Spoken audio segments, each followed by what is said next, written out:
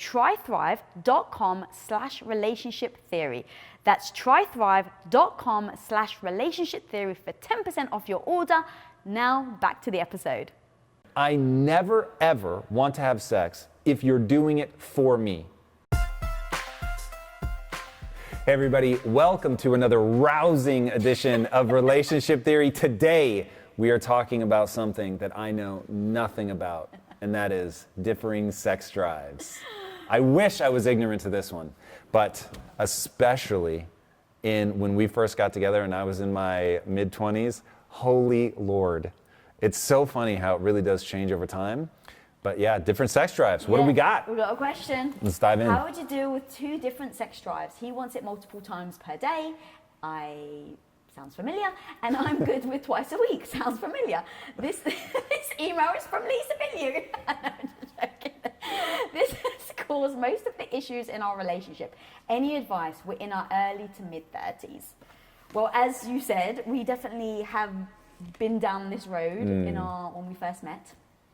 You wanted it all the time, non-stop. If you don't have friction burns, I don't know why you're stopping. That's sort of the moral of my story. It's like, we still good? We chafing? Where are we at?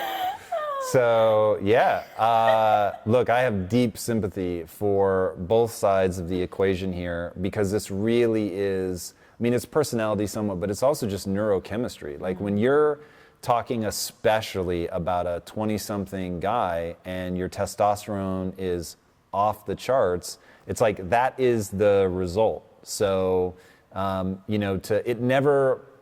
to be angry with either side of the equation just doesn't make sense. It's to fundamentally misunderstand the biology. And this is yet another reason why I'm obsessed with the idea of understanding that you're having a biological experience. And that hormones, like you could inject a woman with testosterone and she would want sex more. Like whether she wanted to want sex more or not, it would be irrelevant. You hit her with testosterone and all of a sudden it's like, whoa, and her sex drive is gonna go up. You can deplete a man of testosterone and his sex drive will go down. So neither side is trying to be cruel to the other. It's literally a mismatch of hormones. And so just recognizing that already is huge. So it's like, oh, okay, cool. So this isn't that you don't love me. It isn't even that you're not sexually attracted to me. It's not that either one is right or wrong. Very, very important to realize, because I think that's where a lot of the friction comes from, is feeling like either side is doing something wrong or doing something to hurt you, whatever. And like always, communication is a big part of the puzzle. And so talking through that and figuring out where you guys come out. So now it's a question of what do you do to actually deal with the situation? So you're talking about it. You have to find out, like, is there also a collision of values, right? So there's the surface level thing of, hey, I want sex more than you want sex. And everything is okay if they're both communicating. It's like, this is where I'm at. Okay, cool. But what happens when one of you feels like the other should accommodate? Right, yeah. Or you're looking for one person to always come over to the other side. Right. So there's either judgment, you shouldn't want sex this much. Right. You should want sex more. Right. You love me, right? Yeah. I've agreed to only have sex with you, and now you're trying to limit the amount that I can have sex? Right. Shouldn't you want me to want to have sex with you? Right. So that's where the real sort of the need for self-awareness kicks in, where you have to understand that you don't just have thoughts up here, right, of I want sex more than you or you want sex more than me.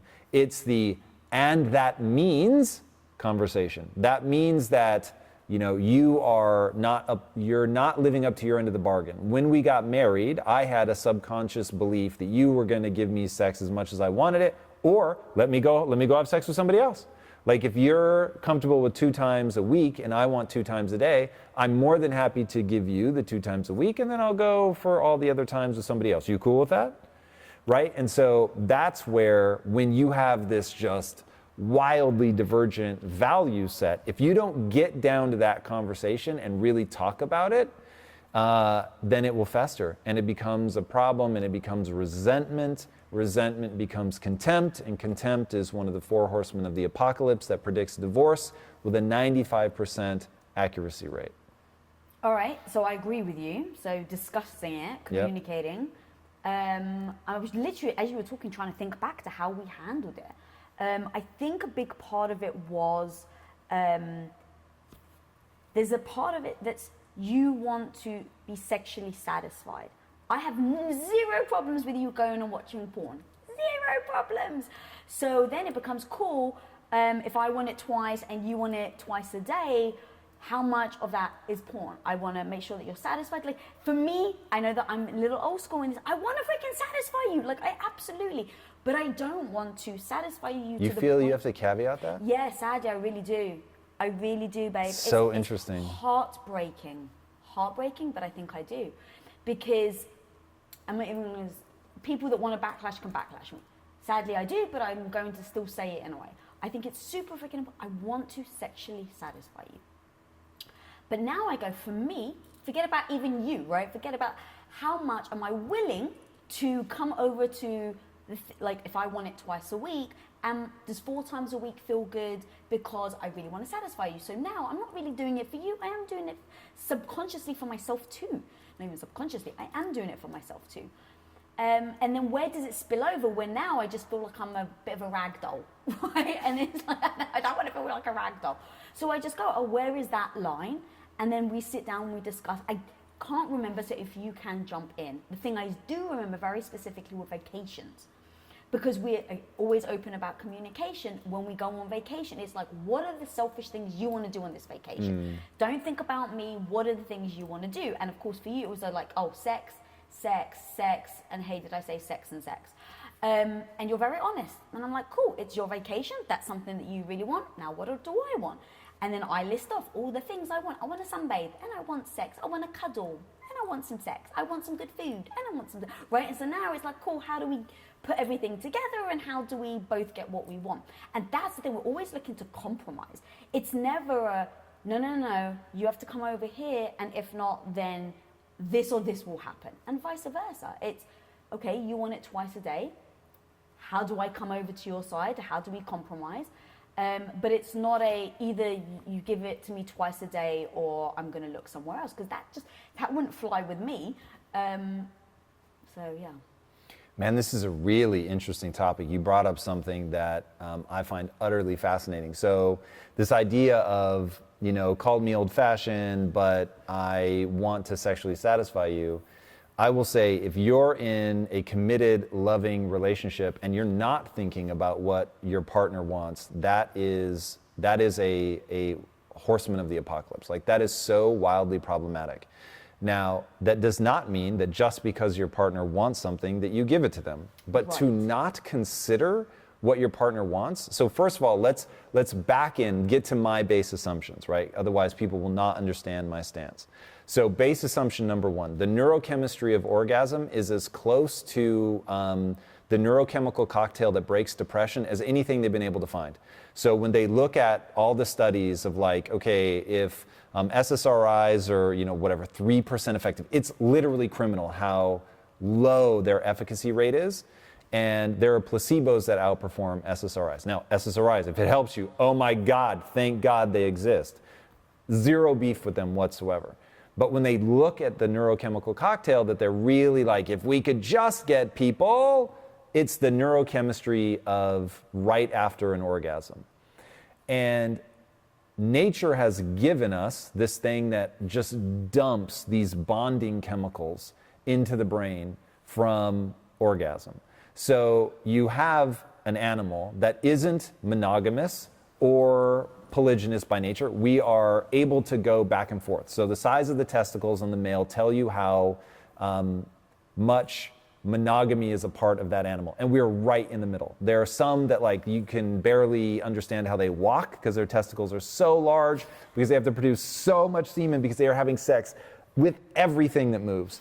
And then you have ones that are like peanuts because they have total control. They mate with, they may have exclusive access. So if you look at like a silverback gorilla, tiny testicles because they come in, they fuck up all the other males. They're like, it's only me. There's no sperm competition. Okay, it is fat. You're having a biological experience. It is so fascinating. Now, human males, right in the middle, which means, hey, we can adopt to monogamy or we can be polygynous. So it is, we can sort of go back and forth, which is exactly the sort of weird problem that we live in, which is, I'm not really pushed in either direction. I love bonding and I get all of that, but hey, new females is also exciting. And so we're in this sort of weird land. And beginning to understand, okay, base assumption number one is that neurochemical cocktail of sex is incredibly potent. So one of the things that marriage counselors will often ask at the very beginning is, how often are you having sex? Not how often do you feel like having sex? How often are you actually having sex? Because the neurochemistry will bond you. Then it's like, where's the sort of satisfaction level, right? Because just like I had always said to you in our marriage, I never ever want to have sex if you're doing it for me. If you recognize, hey, for the marriage, for the neurochemistry, I'm going to go through the process of getting into an excited state, right? So there are things that work for you where we have to sort of warm you up and rev you up and get you to the point where you're actually now in the mood. So it's like, okay, well, let's do those things, right? And so that became part of the compromise of, I don't want to do it if we can't get you interested in the idea. And just for clarity, we're not talking actual foreplay. We're actually talking about, I want to go for dinner with you. I want to switch off our phones and just talk. I want to cuddle. Like, all of that is the rev up for me. Yes, which isn't just a rev up for you. Obviously, talking now at a stereotype level, there's going to be differences, but stereotypes become stereotypes because there's enough meat there. That's true for a lot of women. So, of course, Sting made a comment one time that sex lasted for 8 hours, and people thought he literally meant that he had sex for 8 hours. And he was like, that's not what I was saying. What I was saying is that for the woman, she needs to feel that deep sense of connection, that they're engaged with each other, and that the foreplay could be going to the store and shopping, but I'm paying attention to her, and I want to know what she wants, and I'm fully engaged and present. And that's a big part of the lead-in for her to feel receptive. And like, just recognizing that to me is so important. And it's like, you cannot bring two people together. And I have often wondered if this would be easier in gay couples, if that would actually be easier. I haven't looked at the literature to know. Would it be easier for me to be with another man who is more likely, from just a neurochemical standpoint, from a hormonal standpoint, to have a more similar sex drive, and to view sex the way that I view sex, right? Which is, I want to go from zero to punchline immediately. That's why we have to make that movie, babe. Which, you're talking about okay, you're being coy about it? Yeah. It is utterly fascinating to me that you're taking, at least in a heterosexual couple, and hetero means different. So you're taking these things that are different and you're bringing them together to cohabitate, to live their lives, for you to be the sole sexual outlet that I have, barring solo time, and trying to make it work.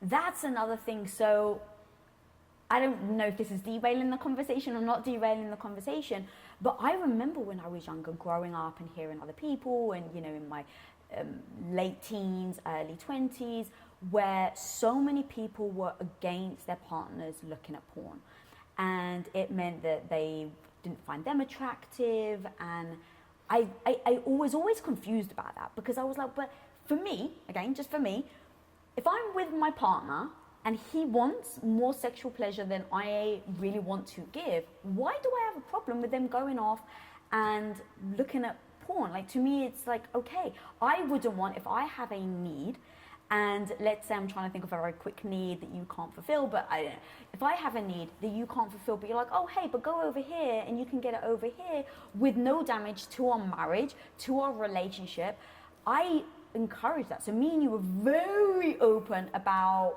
basically, when you're watching porn, it's like, okay, have fun, babe, and it's funny, like, I'm getting a little embarrassed in saying that out loud. I don't know why, but it's true. Like, so many people, I don't know if they have that open communication, but that was huge, because now there's no, like, the idea for me breaks my heart of someone having to sneak off and do that in private, where you have a need, you feel, but you don't want to tell your partner because maybe they're going to take it as, you know, a dent on them, or like maybe you're going to trigger their insecurities. So you have to do it in secret. And now, you know, me and you talk about just secrets. We have zero secrets, even to the point where sometimes it was like, I said to you, yeah, close the door, and then realized the next day, like, oh shit, I lied to him, that I didn't actually close the door. I'll like come and tell you, like, babe, you know, yesterday I said to close the door, I'm so sorry, I actually didn't. I don't even know why I said I did. Like things like that, because it just, like, we want to always have so much openness and transparency, so that when something happens, I'm like, oh, well, he's already proven over 20 years he's going to be honest with me, so I'm going to give him the benefit of the doubt over here. But like with that sort of thing, it's not just the porn itself, right? It's the hiding. It's the, once you have to hide something, now you start to feel like it's taboo and that it's bad. And like, I never wanted you to feel like looking at porn was going to be a bad thing. It's like, if you're having fun, go for it. And that has now opened the communication between me and you. It hasn't built up a wall. It hasn't given us this thing between us that maybe one, you know, that could be seen as bad versus good. Right. Yeah, I think that's super important, is finding, there's a lot of judgment around, and this is like floating in the sort of cultural sphere, but a lot of judgment around, oh, you know, he wants it all the time and he's just a dog or whatever. And so that does, like, I don't know, that doesn't feel good.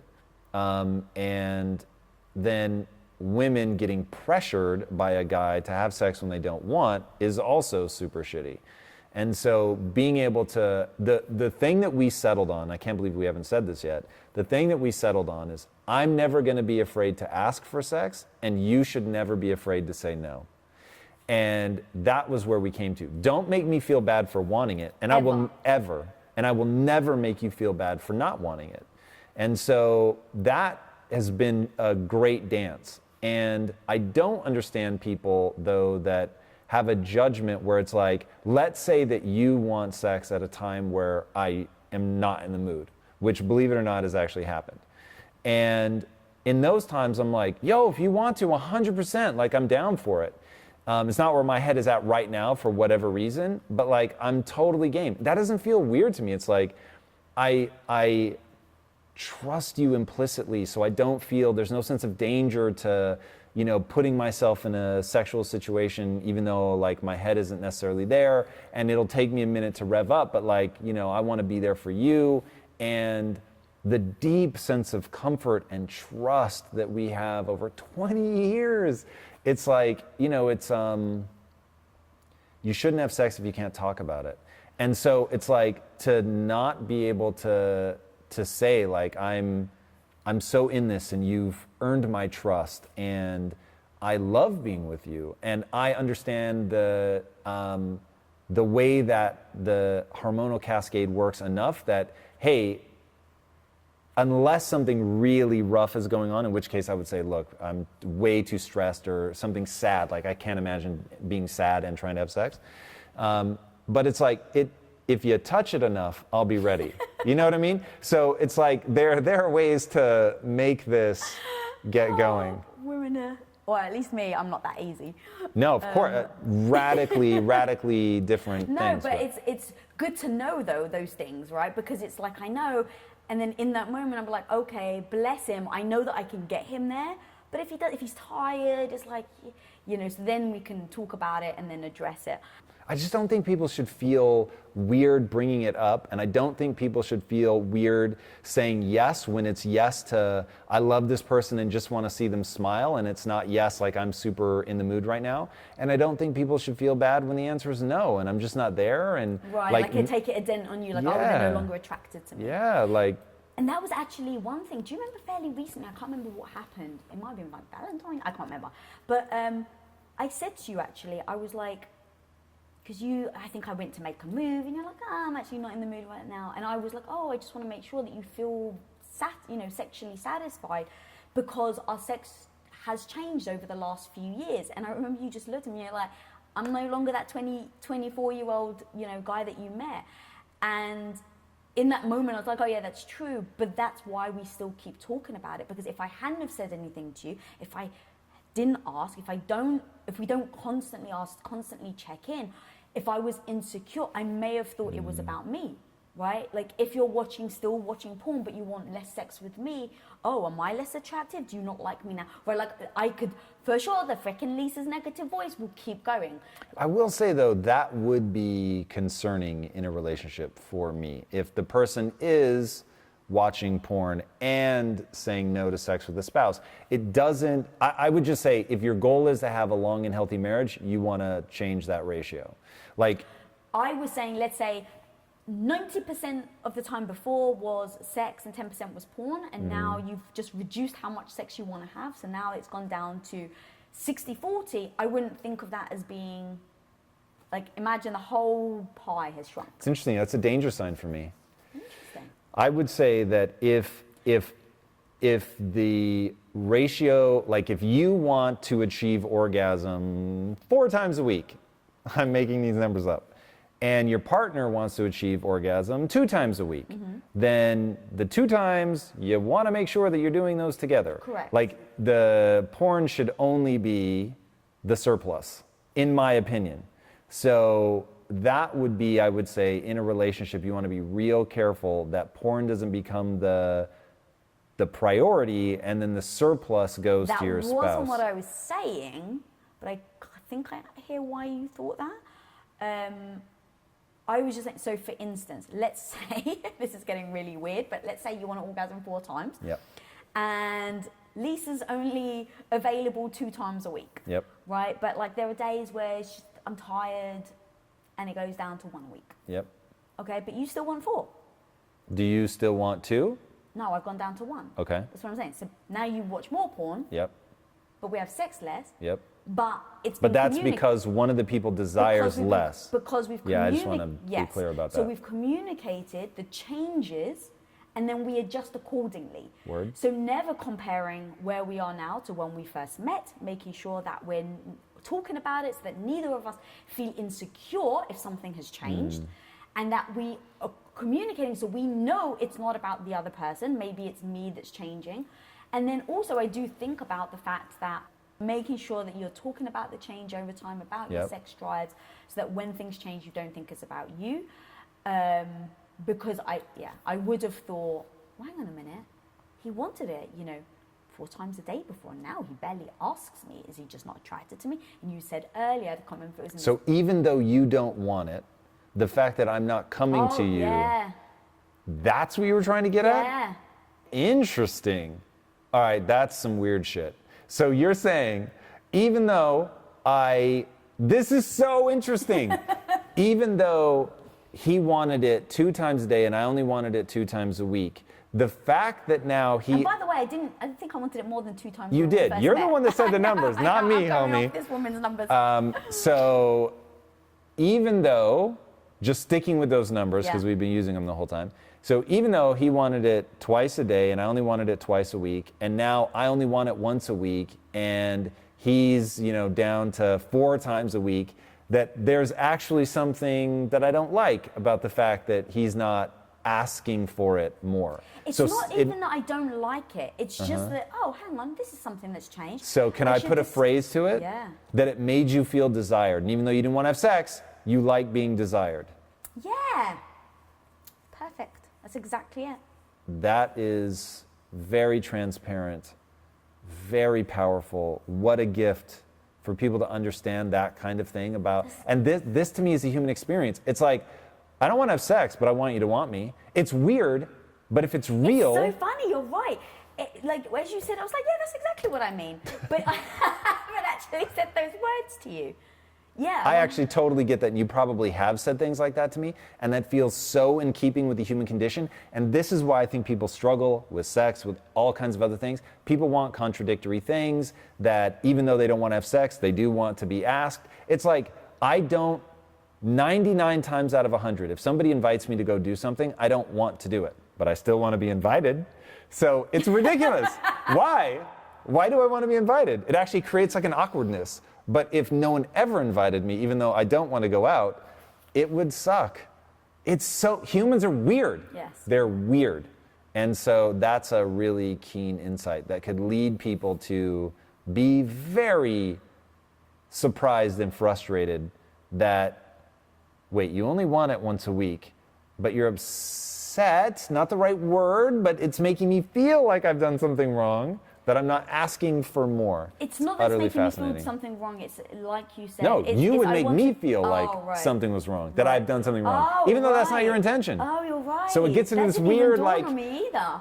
knock-on effect of like, no, that's not what you're trying to say, but that's how I'm taking it. But your thing is actually weird and That's contradictory. so true. Yes, I would be like, oh, well, you don't want it. And you're like, oh, well, should I be Right. asking? Like, what am I doing wrong? So true, babe. And that's how arguments begin. Yeah. Really? But that's actually 100% why I asked you. Because I think part of me was like, I wanted to check in to make sure it was your sex drive that was changing. And not your attractiveness. And not yes, making sure that and when we say attractiveness, I personally don't think just physicality, it's our connection. Like, no, you don't agree. No, I think that's very interesting. That isn't what I would have said, because remember, guys don't need to feel connected to have sex. Guys need to have sex to feel loved. Women need to feel loved to have sex. And once people understand that, so many of the problems go away. Now, that doesn't mean that I don't enjoy connection, but I promise you, connection is not required for an erection or orgasm. Right. So it just makes it better. And I think that's very confusing to a lot of women. Mm-hmm. All right, we tapping out on that one? I mean, we that can keep got going, interesting but for me. I know. That was fucking interesting. Yeah. That was some shit right there. So I hope we answered the woman's question. I think we did. I mean, we gave all the tools that we use, and just to recap, the most profound tool that we lean on the most is I'm never going to feel bad asking for sex, and you should never ever feel bad for saying no. And as long as you never make me feel guilty for asking, I'm certainly not going to make you feel guilty for saying no. And that way you never, because what would end up happening is you'd miss an opportunity where you were sort of unexpectedly interested, but didn't want to have to make the move. And I was worried that maybe you wouldn't be, and so I just didn't. And so now we're both frustrated. So I thought, that's dumb. I'm just going to always ask. But it's in proposing sex, it's always, even after 20 years together, there's always a little bit of like, oh, I might get rejected. And so it can be very easy to, in the early days of the relationship, get into a pattern of being overly afraid of being rejected. And so that just becomes your pattern of, well, I never ask unless it's obvious. And since I want it more than she does, you basically have to make the move all the time, right? And so that's just a bad dynamic to be in. So anyway, that was where we settled on it. Which I love. And then one more thing actually to add is we do this now so automatically because we've been together for so long. But I think that it could be useful for people to sit down and say, all right, you know what we should do? Just to always make sure we're on the same page. Every 3 months, we'll sit down and we should go over, like, I want to know where you are. Are you satisfied? How are you feeling? And I wouldn't even just do that about sex. I would probably do it like about multiple things in the relationship. This sounds horrifying. But think about it. We do it. We just don't put it in the schedule or the book, but we do. And here's the thing. I think it's hard when couples are first starting out and they haven't been together as long as we have, babe, to bring these subjects up. How do we actually do it, though? I mean, usually it's sadly stems from a fight, and then we end up figuring things out. And That's then interesting. We That's come up true. With a strategy, and then Not we where I implement was the going. strategy, and then we refine the strategy. So I would say 4 or 5 times a year, we will do something very fun. I'm so curious to see if you've ever like put it in your head that this is like one of those times where we have used this to such good impact. So when we go on vacation, Questions. take it away. Right, but that's what I'm saying. It's basically in Yeah, but you made it sound like a business thing that we do quarterly, and that now we're gonna go through all the things that we've struggled with over the last 3 months. So that's why I said it sounded horrible to me. Sure, okay, so you do it in a fun way. We have a book of questions. We ask each other certain questions. One of my personal favorites is, what did I used to do for you that I don't do for you anymore that you wish I did? That allows me to... And we get like this totally rad vibe. It's so much fun. We sit there, we have alcohol, we have Yes. yummy food. It's like a whole event. Yes, and by the way, we rank questions based on their level of danger. Yes. So what are questions that'll just be fun? We start and there. and then questions get, like, these ones could end in an argument. So be very careful Make sure you bringing haven't these had up. too much to drink Yeah, as well. make sure you're in a good place, that everybody's guard is down. But I still think there's something for us to do there. But that's what I mean. Yes, I do too. But we've got a strategy. Like, oh, now we go on holiday. Obviously, we don't, since we've been in COVID. But we have a strategy. We don't feel bad. We both sit down, we both do it. I'm saying if you haven't gotten there yet, find a fun way. You're right, you don't want to workbook, but maybe do it as a date thing. Like, all right, we're going to order our favorite food. We're going to sit down. I've got some surprise questions for you. You've got some surprise questions for me. We should have a exit strategy in case something starts getting dangerous. Yep. So whether it's like a little flag, I've got love a little chips. coin that says love on it, buddy. which means that you give it to the other one in those moments of danger.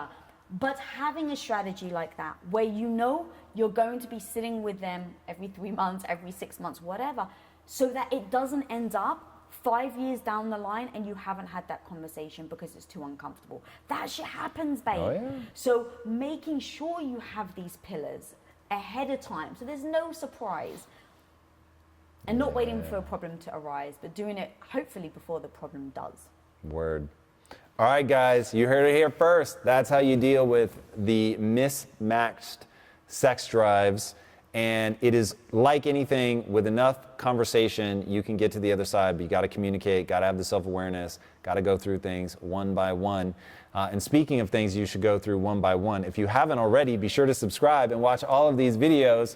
We think that there's some real gold in there that you can use to go and build a legendary relationship. Until next time, my friends, peace out.